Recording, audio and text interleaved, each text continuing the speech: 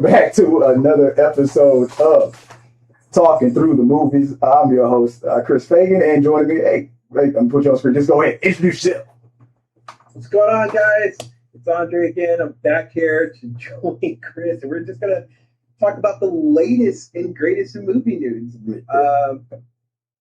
Yeah, man, I'm just excited to be here. Let's go. Let's dive in. Yeah. As I was coining the phrase, I didn't make it up, but I'm not going to shout out who did. I'm just going to pretend like I made it up. I was struggle streaming. So, that's what we were talking about earlier. But today, guys, we're going to get right into it. I'm going to do my Anchorman thing. I got my notes right here next to me. So, like I said, welcome back to another episode. This is episode 60 of Talking Through the Movies, officially episode 60. Entertainment news and reviews by fans for fans right here at T3 Media Studios. Like I said, I'm your host, Chris Fagan. That's Andre. Today we're celebrating the 60th episode, breaking down a packed weekend in entertainment, tracking the Spider-Man historic 2 billion milestone in the box office, paying tribute to the life and career of Hayden Panettiere, breaking down every massive reveal and trailer on D23. And then we're going to do a deep dive into the Sony Disney deal, among other things as well. So let's hit the like button. Let me know what you guys think. That hype button, I still don't get it. I don't know what it's about. But if you want to hype it up, hit the hype button and do that as well. And hit us up on our socials at T3 Media Studios. And let's just get right into it. We'll start with the BOB, the box office bullet. That's what I'm calling it right now, the B.O.B., the Bob. I don't think I'm going to put that Nicki Minaj sound in the background of that, Bob. I'm not going to do that. But but that's what it's called. Let's get right into it. So let's see if I can prevent myself from continuing to struggle stream and get this thing right. So let's see if is it working? Oh, it might be. A little something like that. All right. Got a little something going on there. All right. They got the vibe going on right there. So, yeah. So, guys, we're going to go through box office bulletin. We're going to hit the spotlight some of the things that's going on out there. I'm going to also fact check some grifters that are out there as well. Do a little review, and we're going to look ahead to what we're expecting, what we're going to be putting on our radar for like upcoming movies and TV shows. All right. Or all that out the way. All right, the first thing that comes up in the box office, we've got all right, Spider-Man brand new day. It's holding at the number one crown for the third straight weekend with a massive 70.7 million domestic at the box office, pushing its domestic total to 785.8 million. And officially smashing through a 2.02 billion worldwide. Real quick, what's your thoughts on that? Finally hitting that 2 billion milestone. I mean, that is just crazy because I'm comfortable to say it. Like, for Spider-Man, I didn't think Spider-Man was going to be able to hit that like by himself that. Like, that's just amazing. Good for him. I'm just amazed. I'm at a loss for words right now. That is just so crazy. I could tell you though, I've heard like a lot of speculation about like how long of a break everybody's Tom Holland's gonna take between this movie and the next. Mm-hmm. I can almost guarantee you, like Sony's like, look, baby, you gotta come back. There's no 5-year break here, man. We need you back in the studio because. Oh, it's non-negotiable. Yeah, for sure. He has to come back. And also in the biting, this is what we'll call biting the bullet. The one who is biting the bullet on the box office is Super Troopers 3. They collapsed entirely in the second weekend, crashing out of the top 10 all the way down to 13th position with just 1.3 million. It's a negative 65% drop against a $20 million budget. Andre, do you even watch? Have you ever watched the Super Trooper movies? Were you into those movies? No, not really.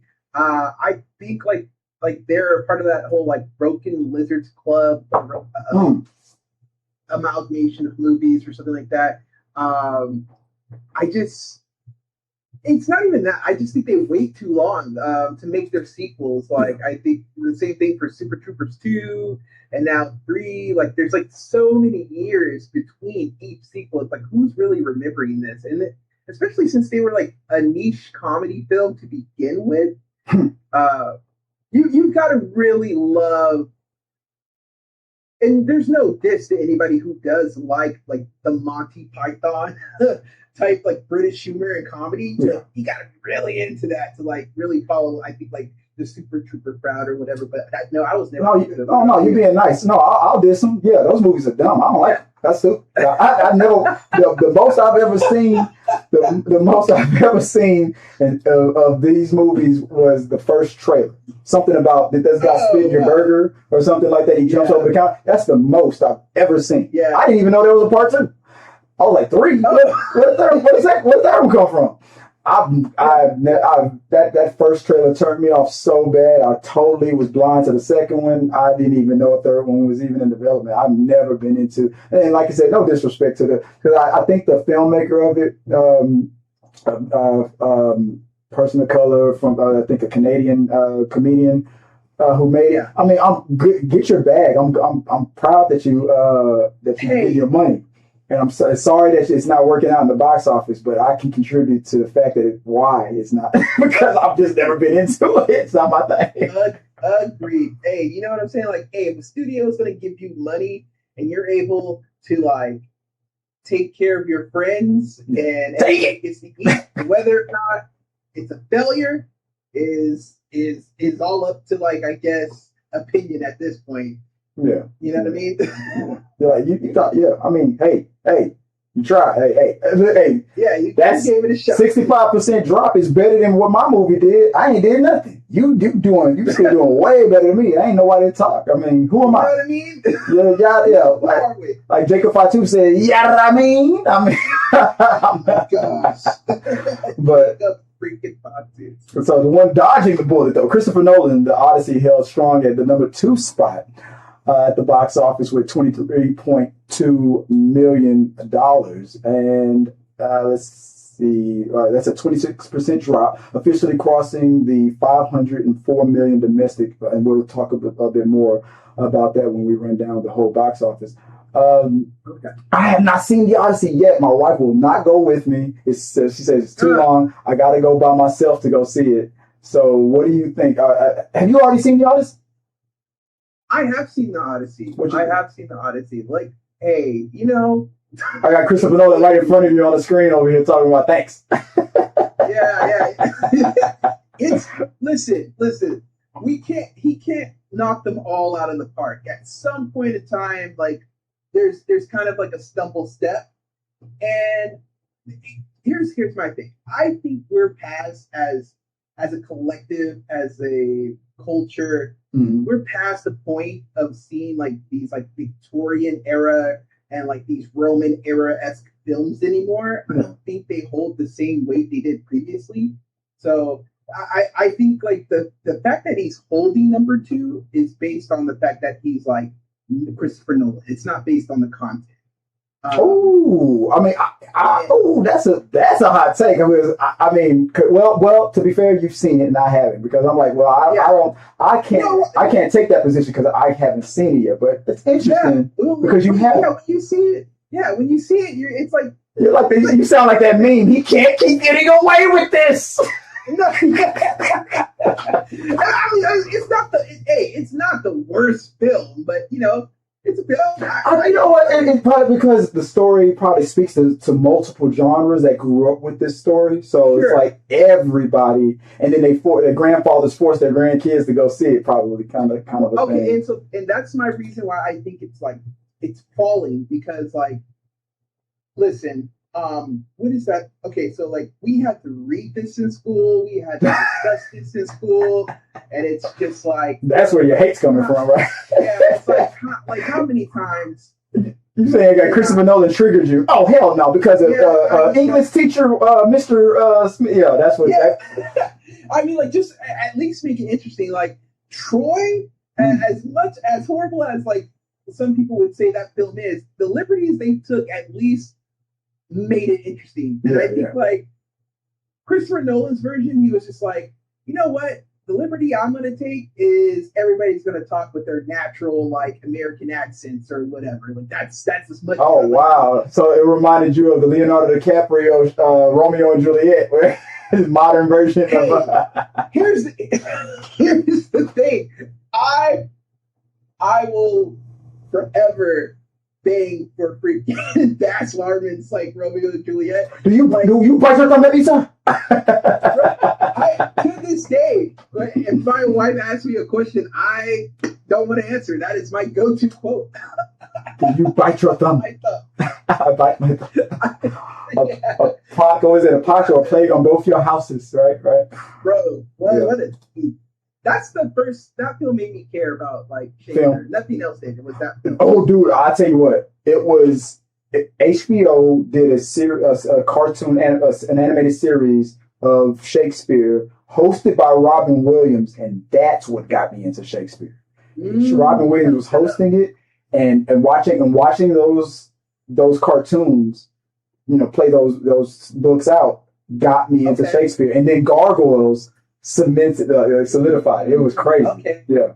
Okay, so I gotta look up that. Yeah, look that up. I haven't seen it in a while, but I know I'm not remembering this incorrectly. And guys in the chat, help me if I'm wrong. It was Robin Williams was the host. It was on HBO, and it was animated, and it was awesome, man. I like Macbeth, and I quoted Shakespeare. Anytime I quote Shakespeare, it's because of that versus the book itself. Like, out damn spot. How could the man have so much blood? Like, I'm thinking of the cartoon more than I'm thinking of the book. Yeah, so I gotta watch it. It was the Odyssey and, like, Wuthering Heights. These are, like, things that, like, I think, like, at least for us, right? Yeah. We had to read those books and discuss them in, like, school. So it's just like, you guys got to do something new. Yeah. No, I feel you. Interest. But yeah. No, I got you. I feel you. No, all right. Let's move on. Let's go real quick. Let's run down the box office right here. So the bullet points, the top 10. I'm gonna run them down. I'm trying to be real quick. Let me go full mass here. What do I got next here? There we go. All right. Okay. So at number 10 for the box office, this is as of today's date from Box Office Mojo.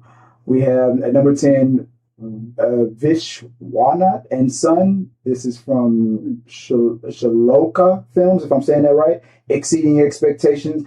This weekend hit the.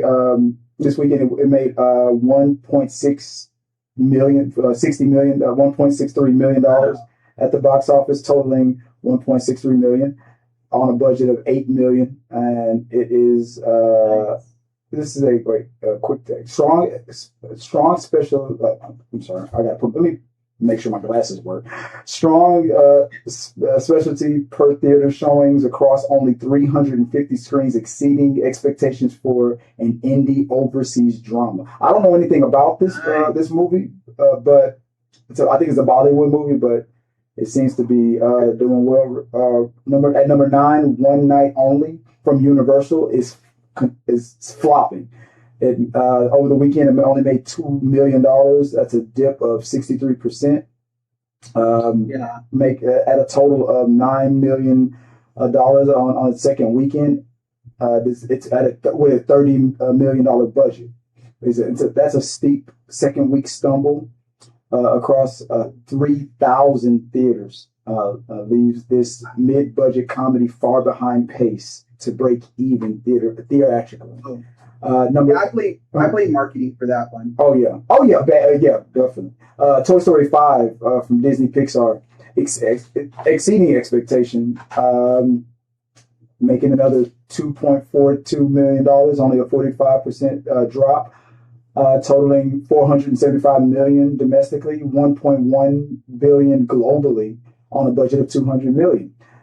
Cruising into its 9th week with steady family holds, having already crushed profitable milestones for Pixar. And then at number 7, the Brink of War. This is another. I think it's another not domestic film, but from Angel Studios. It's on pace. This weekend made $2 million on a $10 million budget. Solid grassroots turnout across 2,000 screens. And I don't know anything about it, but the Brink of War. No, it's not. I'm sorry, it's not an indie film. It's not an overseas film, but it is.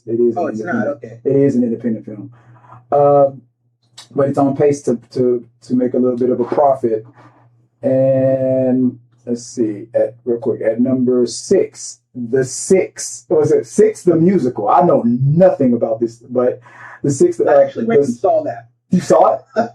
Yes. Oh, wow. See it. It was pretty good. The 6th musical live from Focus Films is on pace to be profitable, made $3 million this weekend. Estimated $5 million budget, so it's definitely going to make its money back. Event Cinema draws on 1,460 screens, yields instant returns against minimal distribution and production overhead. At number 5, Cat's Eyes, Wild Hearts from Trafalgar Releasing Studios, if I'm saying that right.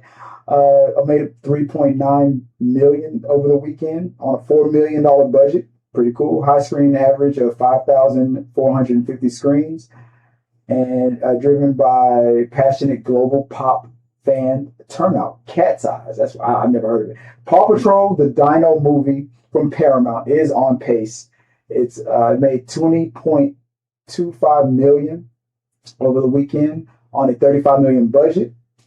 And rounding off the top 3 real fast, the end of Oak Street made $21.01 million this weekend on a $45 million budget. It's on pace to be profitable. Edges out the family competition to take the top that number 3 spot. And the Odyssey from Universal that made another $23 million.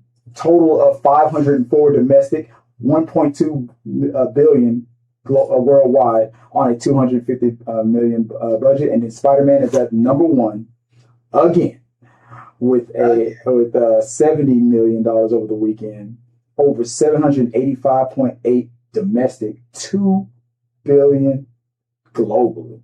Officially passes Avatar 785.2 to become the number 4 highest grossing domestic release of all time, and only the 8th film in history to crack $2 billion. All right, what stands out to you on this box office right there?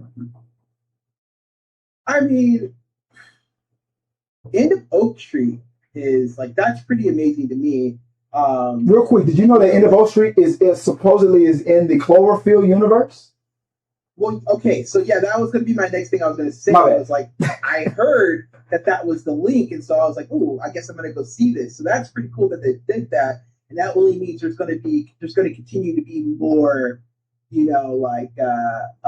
content coming from that franchise. Which I don't like the continuity of it, because it's like, whatever event caused this monster to come to New York on a parallel Earth, on another universe, and it also causes people from the present in the neighborhood to be sent to the past. It's not connected. I'm like, that monster isn't from the prehistoric era. It's a monster from another dimension. But yet you got people disappearing in neighborhoods going into the past. Like, that doesn't make sense. Why doesn't the people from that neighborhood disappear and go to that same dimension or something like that? It's like, it's all over the place. Anyway, that's my bad. Go ahead. No, it's all good. No, there's actually, so I mean, I think that's why it's only a theory so far. Because there is some timey-wimey stuff happening. If you ask my opinion, it fits closer to Happy Death Day than it does. Where you're just supposed to just shut your brain off and just enjoy everything that's happening. I like the Happy Death Day movies. Yeah, I think they're awesome. But the main thing is from the box office was the Spider-Man Brand New Day crossing the $2 billion worldwide mark in just 18 days, marking it the second fastest film in cinematic history to reach that milestone, trailing only Avengers Endgame that did it in 11 days, and beating Avengers Infinity War that did it in 19 days, and Star Wars that did it in 54 days. Next, so that's the box office bulletin. Let's move on to the next thing real quick, because I know you don't have all day. So let's go to Spotlight real quick. Let's put a spotlight on the breaking news real quick, and let's talk about the tragic passing of unforgettable career of Hayden Panettiere. I'm a huge fan of hers, and it was so sad from what was it, TMZ, I think, according to the reports from TMZ and AP. Emergency services responded to a medical emergency call to South Carolina on Sunday, August 16th, where Panettiere was pronounced dead at the age of 36. What do you think about the news that dropped? Where were you when you heard about it? Are you a fan? What did you think about hearing about Hayden Panettiere dying at the age of 36? You know what, like, that's so sad that happened, because like I really thought, like, I was really like rooting for her, because I just saw her on an interview, and like she just released her book, and it seemed like all, like, things were turning around. I was thinking like something might happen with her and Marvel, because Marvel is like, its foundation is built on the back of giving somebody another chance. Robert Downey Jr. So I thought, like, ooh, it would be so cool to see her like anywhere in like Marvel or Disney to come up, and then find out, like, she just like passed, and that's always some horrible news to kind of hear, especially when it seems like somebody is turning their life around and they never really got that chance to blow up, if you will, And you're right. It felt like she was on that path as well. Her breakout roles. She was a celebrated child and teen star who voiced Princess. She was in what was that movie? A Bug's Life, as well as she was in Pixar's A Bug's Life, becoming one of the youngest Grammy nominees in history, and she played Cheryl Yost in the football classic Remember the Titans. Television and horror stardom defined mid-2000s sci-fi television as the indestructible cheerleader Claire Bennett on NBC's Heroes. That's when I really started noticing her. Save the Cheerleader, Save the World. Earned 2 global nominations as Juliet Barnes in Nashville, and became a beloved slasher icon in Kirby Reed's Scream 4 and Scream 6. Chris and let's see. I'm reading too much of the note, but I read. I was always a fan of hers, and it's sad. And then when I looked into it, she just passed this August. It's August 16th that she passed. She was a few days away from her 37th birthday, man. Her birthday is like August 21st.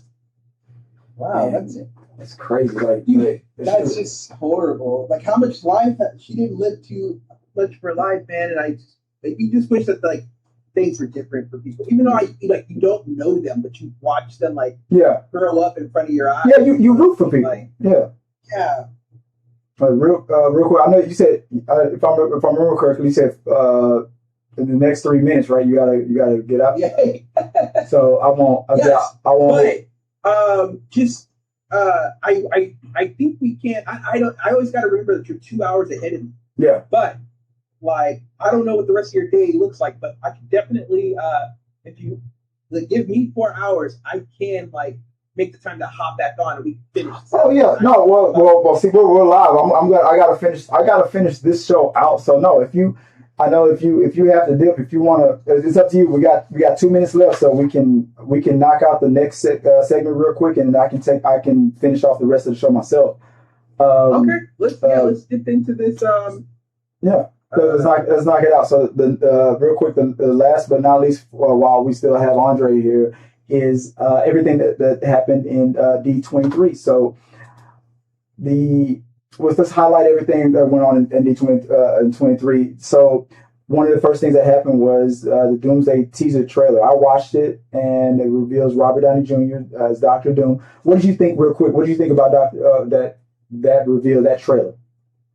I thought it was pretty cool. But you know what was so funny is like the whole time I was watching that, I was thinking like, you know, when Sue Storm is like Victor, she's like Victor's always been the smartest person in the room. Yeah. And I was just thinking like, if I was Mr. Fantastic, I would have been like, hey, Hey, what? Yeah, because they established how vain he is. Yeah, I was like, hey, not too much on Victor, dog. I'm right here. Do you think that Doctor Doom that we're gonna see is from their universe, or do you think he's gonna be like he met them later on, or something like that, or do you think they just know a Doctor Doom? No, I do think he will be the Doctor Doom from their universe. Yeah. Sure. You know, from Fantastic Four's universe. Yeah. For sure. Yeah, that's cool. Sure. Yeah, I do too. Let's see what else happened in D23.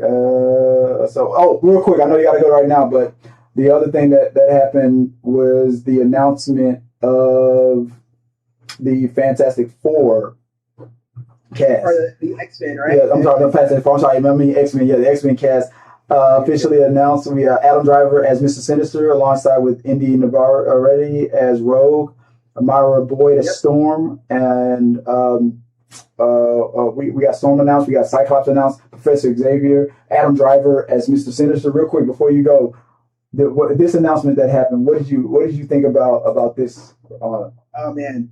Okay, so I'm excited for the potential stories that they're going to be able to tell. Mm-hmm. But if I'm being honest about the cast, I'm a little bored by it. Ooh. With the exception of Kylo Ren, like there is nothing about this cast that's like. Not even Emma Frost. I like the Emma Frost casting. I don't know. I like Sigourney Weaver. Bro, I'm an Emma Frost stan. Like I always tell people, like I like Cyclops with Emma Frost more than I like him with Jean Grey. Like I think like we should just leave that alone. Okay. But there's nothing about this cast like there was just like no adventurous casting done whatsoever. Like it was just like it's just I mean like I don't want to be that guy, and I'm not everything has to be woke, but it was just like milk toast. Like I was like, damn, okay, well fun. I get it. I get it. I always trust. I know for a fact that Indy did not get the role because of the success of Obsession, because the timing wouldn't make sense. There is no way that Kevin Feige was like, oh, you did great in that movie Obsession, so I'm going to make you Rogue. Kevin Feige is known. She was probably cast as Rogue before Obsession came out, so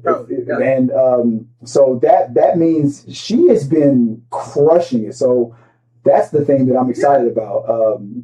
Is how what did she do in her audition that made Kevin go, yeah, that's Rogue. I'm good. I feel that's the one I'm really excited about. Real quick, I know you got to go. Real quick, what do you think about that? No, yeah, I was gonna say like, she did good in Obsession. Here's the thing, like my biggest hiccup about like, there's kind of like it's kind of like a double standard so much when it comes to like the male counterparts, right?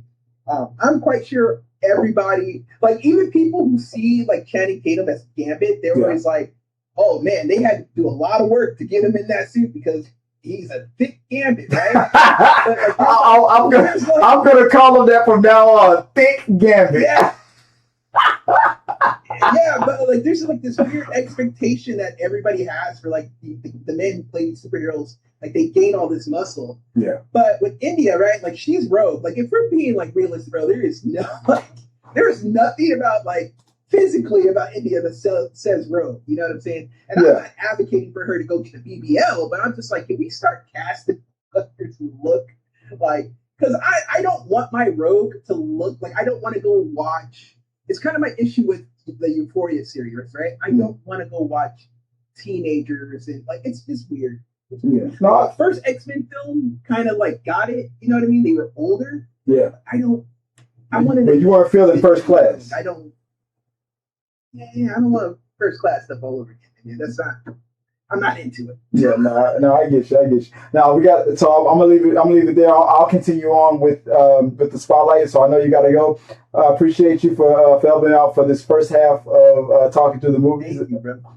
If you want to real quick, shout yourself out real quick.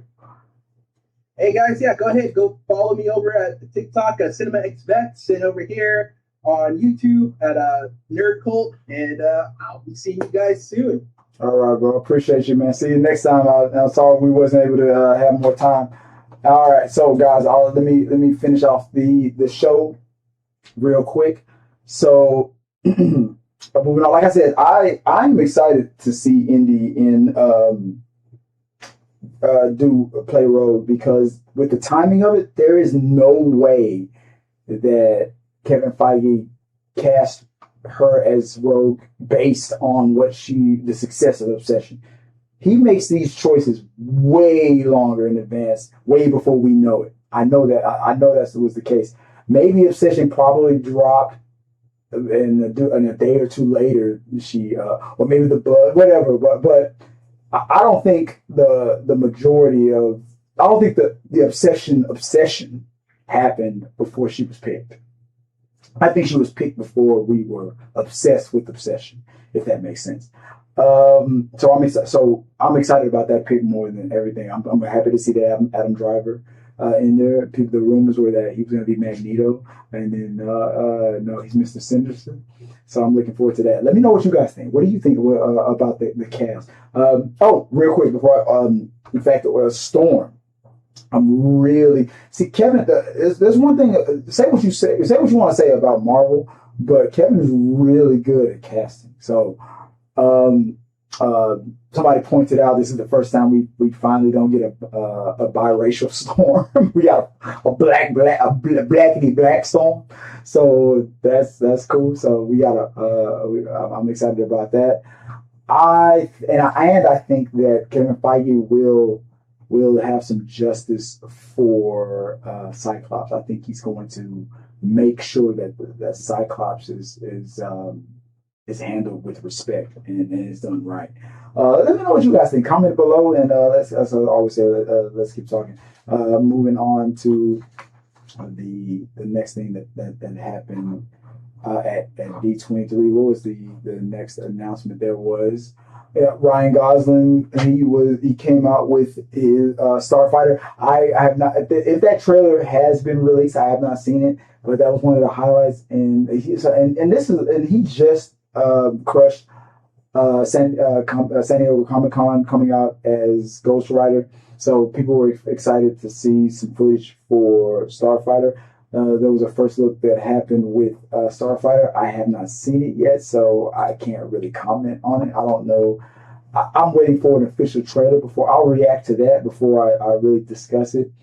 Obviously, Disney is all in for Gosling. I think he's going to fill that Ryan Reynolds void. They got Robert Downey Jr. and they got Ryan Gosling. I think that's a powerhouse that they're really focused on right now. And much success to him. Like I said, I did not see that first look. I think it was a teaser, but I have no comment on it because I did not see it. But if you have seen it, and I will watch it later, but let me know what you guys think. What do you think about Ryan Gosling in Disney's Star Wars Starfighter? Let's see. Moving on. What was the next? Let's see. What was the next thing? The Starfighter Vision Quest. That is something that I'm very, very, very interested in. Going back again, Ryan Gosling's Starfighter. It's been a long time since we've had a Star Wars movie. Well, because the reason why I say that because I don't count Mandalorian and Grogu. I'm sorry, I don't count it. I'm not counting it. So it's been a long time since we had a Star Wars movie. So I think this Starfighter movie will be the official next Star Wars movie. I'm not considering Mandalorian and Grogu a Star Wars movie. That is a glorified episode from a TV show. That's what that was. And I haven't watched it yet. Surprise! I'm not going to watch it until it hits Disney Plus. That is a glorified episode. So I'm excited for Star Wars. I'm gonna watch the teaser and I'll let you know what I think. So let me know what you guys think.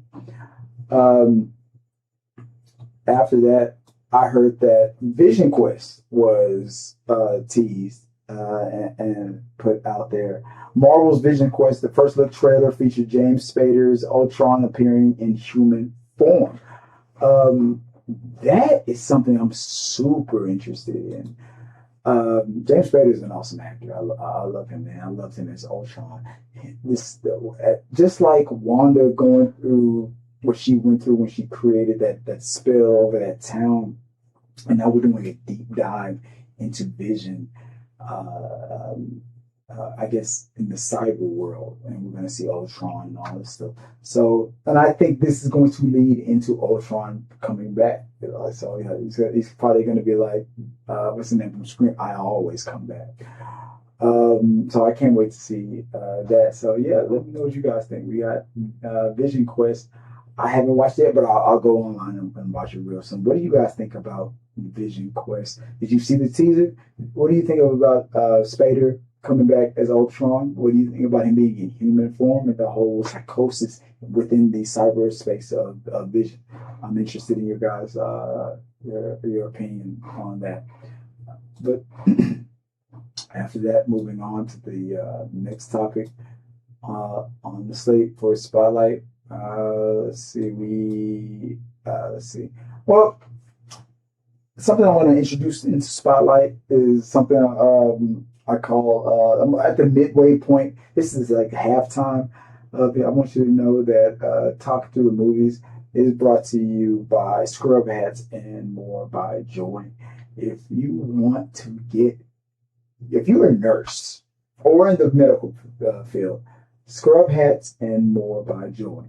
Go to Scrub Hats and More by Joy, where you can get your custom made by hand scrub caps for your scrub cap needs. These are for the people that in the medical field, or you don't even really have to be in the medical field. You can be a fan of Grey's Anatomy, like she is, and just want to wear scrub caps. So go to Scrub Caps and More by Joy, or Scrub Caps by Joy. I think she changed it, and you can get your scrub cap. So this is the midway point. This is the midway point where I'm going to talk about facts versus grift. All right, juxtapose. We're gonna do a little juxtapose on that. Facts versus grift. All right. So a lot of things have been going on online recently, and I want to call it out. Where is it? Here we go. So at this halfway point on episode 60, and it's time for us to check in real quick. So here's the check in. Let's check in on these people that are the grifters versus facts. Let's juxtapose the raw facts against usual outrage grifters. All right, real quick. Here's the thing. What do people say all the time? Superhero fatigue, comic book movie fatigue, and the box office collapse grift. The negative take. Neurotic and geeks and gamers. They're claiming that superhero cinema is completely dead. Buys movie tickets. No one buys movie tickets anymore, and modern studios have permanently ruined their theatrical audience. They also, so just opposed to Spider-Man Brand New Day just shattered a $2 billion in 18 days. The overall domestic box office is up 19% year over year at 6.86 billion, and theater attendance is hitting multi-year post-pandemic highs. So what are they talking about? See, this is something that like I call them the freaks and the framers, and people like Nerdrotics, they love to do. Everything is woke and everything is banned and everything is this and everything is that, and I hate and I hate and I hate because they like to pander to people that just like to be keyboard warriors. And they say crap like cinema is dead and nobody's buying movies anymore. We're up. Since the pandemic, the box office is up 19%. What are they talking about? It makes no sense. What's the next thing? The D23 woke outrage take. All right. Tyrone Magnus, that punk ass motherfucker. Tyrone Magnus and Jezebel, for example. Jezebel. Tyrone Magnus and Jezebel, they were screaming that Disney and Marvel's D23 showcase had zero hype and claiming casting announcements like Storm and Rogue mean that the X-Men reboot is dead on arrival. All right. That was their take. See, Jezebel is, I mean, let's get it out the way. That woman seems like the type of woman that has a boyfriend that you gotta kiss her ass to even be in a relationship with. She's never gonna be in a relationship with a man that has an opinion, and she's gonna tell every woman online that they need to submit. And she's never gonna deal with a man that has an opinion. I'm telling you right now. That's that. I can already tell it by just looking at her face. And Tyrone Magnus, I don't know what happened to him. Ever since the Hodge twins was blowing up a little bit, then he was like, let me get on that. Let me tell you exactly how I feel. And it's like that's all every day, just sucking on Trump's pole. And he just won't stop. Just everything's well with him. Everything's well. I'm gonna 10 million. You ain't never gonna hit 10 million subscribers, man. You hit 1 million doing the opposite of what you're doing. You hit 2 million because of your momentum. You're stuck at 2 million for life. You're never going to hit 10 million subscribers because you're a joke. And just like me, you're old. Nobody cares about you no more. Nobody. But a few bots. That's it. So the DC woke outrage take. The Disney and Marvel's had zero hype. Juxtaposed to Hall H and D23's social engagement exploded with tens of millions of views across trailers that dropped for Avengers, Doomsday, Star Wars, Starfighter, and Vision Quest. And pre-sales and fan sentiment dominated social trends worldwide. So how is it dead on arrival? That's the grift. Everything that this dude says is a grift. Tyrone Magnus, just a bit. People like them. They just need you to believe. Just because you don't like it, you that one person or two people, or three people, you don't like it, and your friends don't like it. You think that everybody in the world don't like it. You live in this bubble that's ran by people like Tyrone Magnus. The difference, though, is while everybody else in the world is putting their money into proving the fact that you're wrong, you're putting your money into Tyrone Magnus. You're giving him your money to tell you the thing you think is happening while being wrong. It don't make sense. So, anyway, real quick, let's get into the next thing. So, reviews. Atlantis just dropped episode 1. And I watched it. It was good. I liked it. It was real good. So let's talk about the early critic buzz for HBO's Lanterns. Critics are praising the grounded, gritty, true detective, slow horse investigative vibe set in Nebraska. Strong praise for the dynamic between Kyle Chandler's grizzled veteran Hal Jordan and Aaron Pierce's stoic, focused Jon Stewart. Early reviews highlight characters, chemistry, and major final scene twists over cosmic action, calling it a refreshing and steady tone reset for the DCU. Now, after what happened with Supergirl, yeah, this is a palate cleanser. But let's be honest, this is still TV versus the movie. People will still judge the DCU based on the movies more than they'll judge it. The core fans will overall be like, okay, we're going past what happened with Supergirl, because we need to find out how this is going to connect with the DCU. That twist, if you haven't seen it yet, that twist at the end of Lanterns with a dead Hal Jordan, that's not Hal Jordan. The fact that, spoiler alert, the fact that halfway through that episode, you had the ring that had a hologram of Hal Jordan talking about Lanterns are supposed to download their memories into the cloud and make a hologram of themselves and blah, blah, blah, blah, blah. And he hadn't done it in 10 years. And John is saying that his version of himself 10 years ago is way different personality-wise than how he acts today. And we dealt with an alien who can mimic a human being all the way down to the DNA. And he proved that they were still an alien. Tells me that this Hal Jordan that we're seeing is an alien. And I bet by the end of the episode, it's giving, what do kids say nowadays? It's giving Secret Wars.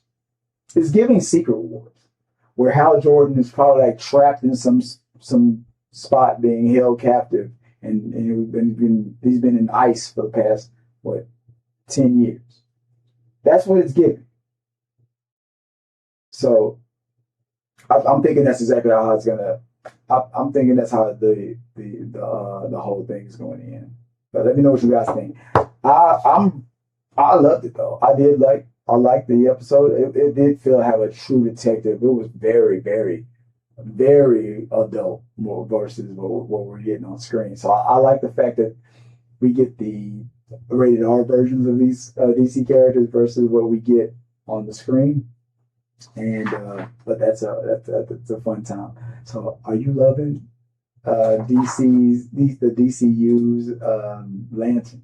Let's share your thoughts on that. And as I always say, let's keep talking.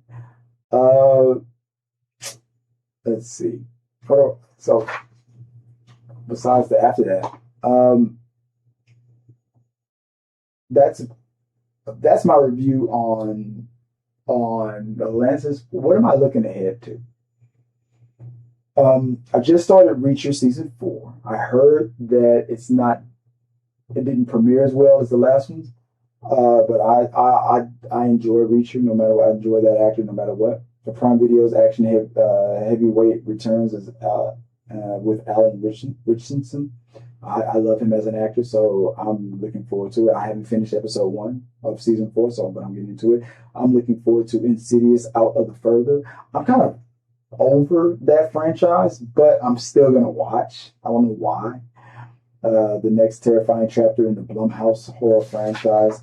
I'm looking forward to Coyote versus Acme, tracking the theater/streaming release slate for the beloved, highly anticipated Warner's comedy, especially everything that's going on with Warner's and Paramount right now.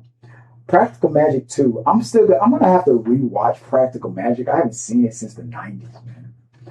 I know that there's core fans that's huge into it, but I'm not. But I will watch because I'm a fan of Sandra Bullock and Nicole Kidman. So I can't wait to see what's going on with that. And another movie that's coming out called By Any Means. I think starring Wonder Man and Mark Wahlberg, where an FBI agent makes a deal with the mob to get some I guess some, I don't know. I saw the trailer and I'm like, I gotta see that. A high stakes action thriller project hitting theaters. coming soon. So I can't. I'm looking forward to seeing that. So, what are you looking forward to seeing? Like, I'm for looking forward. I'm going to base that on like things that are coming out in the next like 2 weeks to a month. Not going to get too far ahead, but let me know what you're in the box. What you guys are looking forward to. And let's move on to the last topic of the day. Okay, main topic. Um, let's talk about Spider-Man again. Let's bring it all back. Bring it all back to Spider-Man. To celebrate Spider-Man's crossing the 2 billion threshold, let's talk about how the Disney and Sony deal actually work behind closed doors. Okay, so people always have an opinion about how the Disney Sony deal actually works. So in this segment, I'm going to discuss exactly what it's about and how it actually works. So financial and the money split. So under the renegotiation framework, Disney Marvel Studios co-finances 25% of the solo film's production budget in exchange for a clean 25% share of the worldwide box office profit. Let me say that again. Disney will co-finance 25% of a solo film, a Spider-Man film. Will produce 25% of that budget in exchange for a clean 25% share of the worldwide box office profit. Sony covers the remaining 75% and keeps 75% of theatrical revenue while handling global distribution. So whatever Spider-Man movie makes worldwide, Sony gets 75% of it. After the theaters get their third, whatever's remaining. So $2 billion so far, right? The theaters will probably get a third of that. So we're talking about 600 million, right? Give or take, out of two. So now we're at what? 1.4 billion. And then Sony will get 75%. So 75% of the 1.4 billion. And the fact that since Marvel they started this deal, that Spider-Man, for the first time in history, has become a billion-dollar franchise. Hey, they were getting 75% of movies that were making $900 million. Now they're getting 75% of movies that are making $2 billion. Come on. Well, $2 billion after the theaters take their third. Okay. So it's still more. At the end of the day, as long as they're making with Marvel more than they were making doing it by themselves, this Disney Sony deal will keep going. The real cash is merchandise. Disney retains 100% of all global Spider-Man retail and toy merchandising revenue. A right Sony sold back to Disney in 2011. Sony used to have this right back in the day. And I don't know why they would sell it back if they were thinking.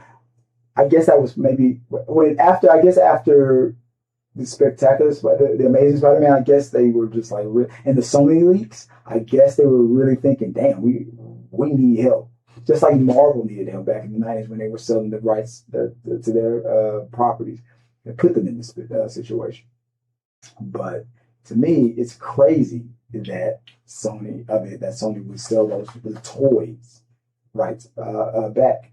So Disney retains 100% of all global Spider-Man retail and toy merchandise revenue, a right Sony sold back to Disney back in 2011. Even when Sony releases an animated film or a solo blockbuster, Disney makes billions purely from toys and apparel shelves. Marvel Studios gets the rights to utilize Tom Holland's Spider-Man in major MCU assemble events like Avengers, Doomsday, Secret Wars, without paying Sony licensing fees, keeping full profit from the crossover title. So, as far as the financial mechanics and the money split, that's what it is. Every time Tom Holland is in an Avengers movie, they schedule him for an Avengers movie, so MC, based on with the deal that's going on right now, the MCU Disney does not have to pay Sony anything to have Tom Holland appear in an ensemble like movie like Avengers, Doomsday, or Secret Wars. Now, the artistic and creative mechanics, like creative leads versus final say. Marvel Studios, let's say it again, Marvel Studios and Kevin Feige serve as the primary creative lead, handling script development, director curation, and MCU canon integration. However, Sony retains ultimate legal and financial creative control / distribution authority over solo Spider-Man releases. I'll say this again. Kevin Feige has the say over over everything that Tom Holland's Spider-Man does, whether it's in the MCU and or in the solo Spider-Man movie. But if Sony does not like anything that Kevin Feige comes up with for a Sony solo film, they have veto power. They have the right of refusal. They can veto anything that Kevin Feige wants to do. But I do not believe that they can veto anything that Kevin Feige wants to do with Spider-Man in the assembly films. Maybe they do, maybe they don't. Because like permanently unaliving Spider-Man, which neither side will ever want to do. But let's say Kevin Feige wanted to do it. Sony would be like, heck no. So I'm pretty sure something like that, yes, Sony would probably have veto power. So when it comes to the solo movies, if Kevin Feige wants Spider-Man to do something, it's based on continuity and wanting Spider-Man to, for example, New York City can't be destroyed ever in a Spider-Man movie because we're going to need New York City to still exist for other MCU movies. That's the conundrum right there. Because what if Sony decides they do want New York City destroyed? That would be crazy. I'm pretty sure the script probably wouldn't be approved, and then they would. But let's say that. But it doesn't make any sense. Sony would never do that. It's not profitable. But technically, they would have the right of refusal. Marvel Studios gets the rights to utilize Tom Holland's Spider-Man in any MCU assemble movie like that. We already established that. Marvel Studios and Kevin Feige serve as the primary creative leads. We've already established that. However, Sony has right of refusal. Here's the symbiotic win. Sony gets across to the MCU sandbox. They get to play in the MCU sandbox. They get high production quality and the $1 billion Marvel brand boost.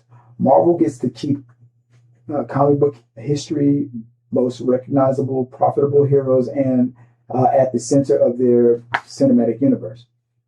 So, Marvel, MCU, Disney gets Spider-Man. And that's mostly what they're going to use. They might use Spider-Man villains here and there, maybe in an Avengers movie, maybe in the background. But ultimately, they get Spider-Man, which is the thing that they want and need mostly. Sony, on the other side, by giving up creative control, every now and then gets an Iron Man, gets Punisher gets a Doctor Strange, gets a Samuel L. Jackson as Nick Fury. They get MCU proper characters in a Spider-Man movie. And this back and forth connective tissue is what has built it up from a franchise that was locked at $800 to $900 million at the box office to finally crossing over to being a $1 billion, now $2 billion franchise. Spider-Man has now gotten to a point where its popularity is equivalent to a Star Wars movie, Jaws, E.T., Avengers, Avatar. And that's crazy because Superman should be there. Isn't. Batman technically isn't. Batman is almost guaranteed to be a $1 billion movie. But $2 billion? Only Assemble movies or James Cameron movies can do that. So the fact that Spider-Man is the first to do it is interesting to me. Which means it does not matter how the deal really breaks down because it is profit for both sides. And it works. It's something that a deal that when it was suggested originally was laughable. And now it's become so profitable and makes so much sense. It's an afterthought now. Disney and Marvel will continue forward on this with this venture for a long time, because Sony has proven to be very capable of fumbling with this property when they do it on their own. They have made their Into the Spider-Verse, Beyond the Spider, those are some of the best Spider-Man movies ever. But for the live action, they have made great movies and they have fumbled. So far with Spider-Man, the MCU has not fumbled. So far with the MCU has done so well that they have made a profit, a solo-like profit for 2 separate studios. So even if in the future, if Disney fumbles a Spider-Man project, Sony will probably still go, well, y'all made $2 billion where we couldn't even hit 1 by ourselves. So you've given yourself a 2 to 3 movie flop buffer before we decide this is no longer worth it. I think Marvel and Sony's deal will continue beyond 2 or 3 flops. Let me know what you guys think. That's my opinion on the Sony Disney deal and the explanation of how the Sony and Disney deal works. Shout out to let's go on to the next thing. Shout out to the subscribers of the channel, people that have been there from day one. Let's see if I can get them. So let's shout out some new subscribers real quick before I go. I've been meaning to do this, and I've been failing you guys, and I'm going to do it now. So let me go into my YouTube studio, and let me give a proper shout out to our most recent subscribers. So yeah, shout out to Pedro, the O-Scale Collector. Shout out to the Kevin Mido Show. Shout out, let me see, go back to all the subscribers. Shout out to Jordan Meredith, the Cool Mason. Shout out to Void, WIOD, who became a subscriber back in July. Shout out to 4Seoff YouTube and Stephanie Ayala for becoming subscribers. Guys, hit that like button, hit that subscribe button, hype us up. I appreciate you guys. Shout out to all you subscribers that have become subscribers in the past couple of months. I appreciate your support. And we will be back next month for another episode of Talking Through the Movies. I'm going to get Talking Through the Medias back up and running real soon. We just got to get things acclimated and get things situated here, and try not to do too much too fast. A lot of changes have been happening, but I will be back on it. So until next time, guys, appreciate your time, and hit me up. Let me know what you guys want to talk about. Let me know the news that's out there, and we'll see. We'll just keep talking. Till next time, guys.